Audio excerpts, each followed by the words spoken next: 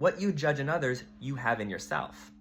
And that's exactly why you don't want to see it. That's why you're denying it, because you would judge and shame yourself for it. So you unconsciously, subconsciously deny it in you, don't want to see it, don't bring it to my awareness. And so then when you're running around life day to day, what have you, you think you're so convinced that you're seeing that person as condemnable and judging and shameful as something separate from you, as if you don't have those traits, as if the judgment and the shame and the guilt isn't in you, because you think you're narrating life separate from you, outside of you, because you've told yourself life is separate from outside of you, that these people are separate. But what you fail to understand is, yes, those physical things are separate from you, but how you're narrating it is not separate from you. Those thoughts are not separate from you.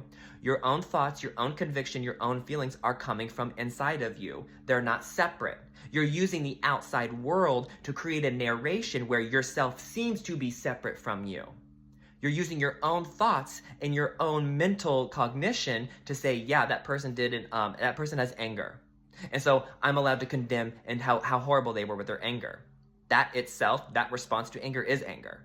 It doesn't matter the form. It doesn't matter that my dad projects his anger and then I repress my anger. They're both problems with anger, and I inherited the problem with anger from my parent. So then me getting pissed off at my parent for exemplifying a behavior is me not being able to solve that within inside of myself, because I've denied and ignored that part of myself, and then therefore separating it because I only see it in that person. But the thoughts are coming from you. So how can you have thoughts about someone that are true when they're really coming from you?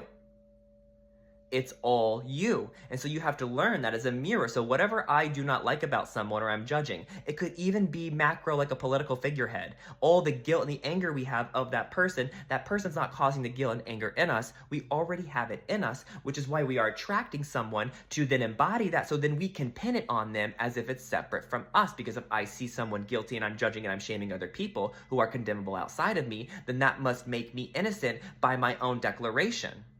And that's why the ego wants to keep up with always finding faults in others, because that way I don't have to look at my own fault, but I don't realize I'm seeing my own fault in others. I'm fully convinced that the fault is theirs. And that's how the ego maintains itself, to always find everyone else how they're separate in an unloving way from us. And so you want to look at things abstractly.